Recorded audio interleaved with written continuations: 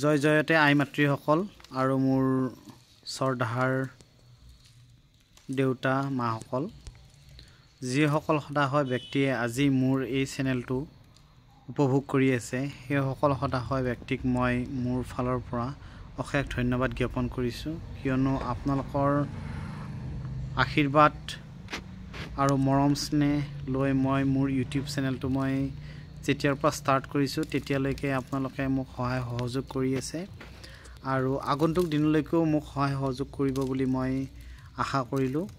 আৰু যিহেতু 2024 চনৰ আমি এতিয়া শেষ পৰ্যায়ত আছোঁ, গতিকে বিগত অহা 2025 চনটো আপোনালোকৰ সকলোৰে যেন ভাল হয়, মংগল হয়, তাৰে কামনা কৰোঁ আৰু আপোনালোকে আশীৰ্বাদ কৰক।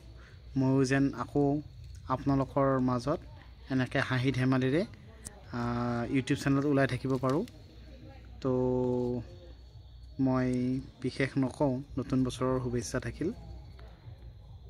আগন্তুক দিনকেইটা আৰু যেন ভাল হয় তাৰে কামনা কৰিলোঁ। ধন্যবাদ।